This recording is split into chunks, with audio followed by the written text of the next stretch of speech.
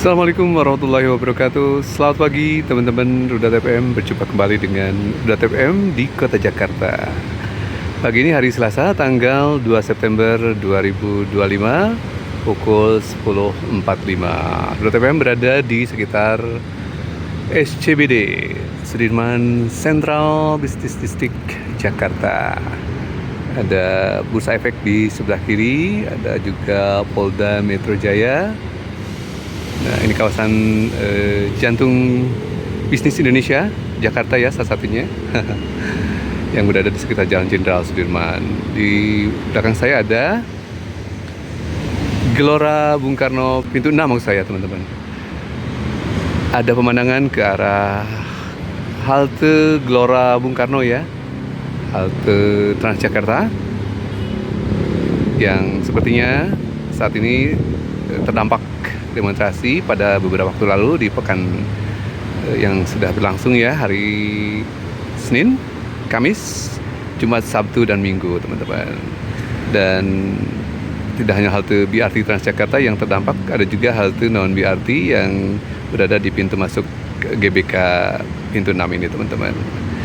Suasana pagi ini masih terlihat normal, namun sepertinya rencana dari demonstrasi yang diusung oleh BEM seluruh Indonesia, BEM SI, yang sempat tertunda di hari Senin yang lalu, hari Senin kemarin ya, yang dijadwalkan kembali digelar hari ini, sepertinya tertunda kembali ya. Kalau informasi dari media nasional, dikabarkan alasannya masih sekitar kondusivitas yang sepertinya belum bisa digelar dalam waktu 2 hari ini ya teman-teman.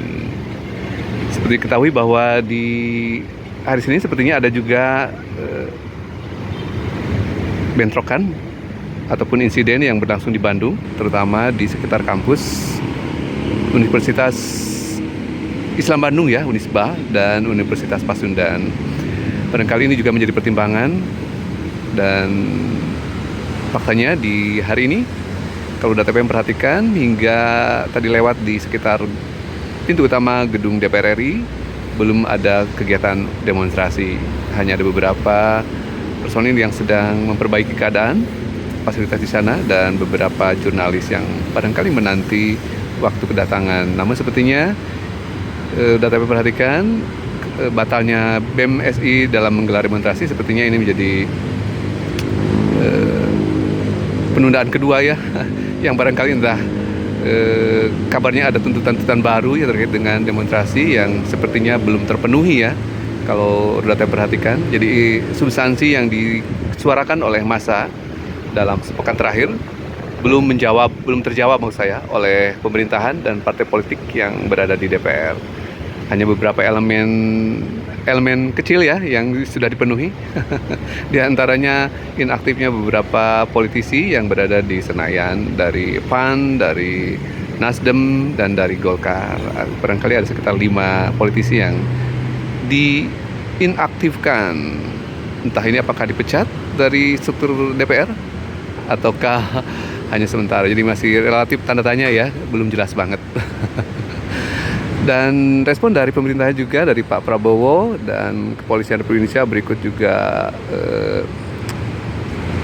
Tentara Nasional, Panglima ya, sepertinya hanya terfokus di soal kerusuhan ya, belum menyentuh kepada aspek-aspek yang substansial yang dituntutkan oleh warga. Dalam hal ini soal korupsi, soal pajak, soal barangkali kabinet yang gemuk, yang juga menghabiskan anggaran tentunya ya, dan beberapa kebijakan kontroversial yang silih berganti dari sejak dilantiknya Presiden RI yang baru untuk periode 2024-2029. Berikut juga akumulasi dari kekecewaan 10 tahun terakhir di kepemimpinan Pak Jokowi.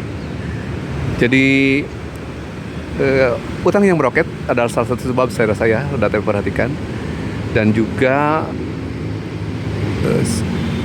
banyaknya tagihan-tagihan baru ya kepada rakyat, atau aturan-aturan baru yang mengatur rakyat, sehingga menyebabkan kekecewaan ya, kerumitan di keseharian warga.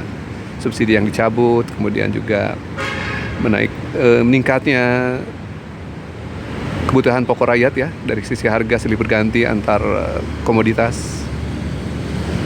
Jadi barangkali ini yang sebaiknya diperhatikan oleh pemerintah ya, termasuk juga personil-personil yang bermasalah di kabinet, di kelembagaan BUMN dan lainnya yang sesungguhnya sudah terindikasi korupsi namun masih dijadikan pejabat kunci ya. Bahwa 10 tahun terakhir Indonesia ini kalau data perhatikan belum berhasil membawa Indonesia kepada kesejahteraan. Namun personilnya justru malah dipergunakan kembali di rejim yang berkelanjutan ini. Alhasil kebijakannya ya kurang lebih sama ya, tidak pro rakyat, hanya fokus kepada ambisi untuk program-program yang dicanangkan di 2024 yang sebenarnya belum tentu menyentuh kebutuhan masyarakat ya. DTP melihatnya seperti itu, sehingga tuntutan masyarakat sepertinya belum terkabulkan dan terpenuhi ya secara utuh, sehingga potensi untuk bergulirnya demonstrasi di pekan-pekan ini juga kemungkinan akan ada, barangkali demikian ya kalau DTP melihat. Padahal seperti di depan .fm, Pasum, Pasos, berikut hal lainnya sudah terdampak dan juga korban jiwa berjatuhan ya di Makassar, di Yogyakarta, di Jakarta sendiri di awal-awal ya. Dan barangkali yang terluka juga jumlahnya pastinya pasti banyak ya teman-teman yang tidak teridentifikasi secara datanya secara baik gitu. Semoga ini menjadi pembuka mata bagi pemerintah, dan DTPM sangat menekankan hal itu ya.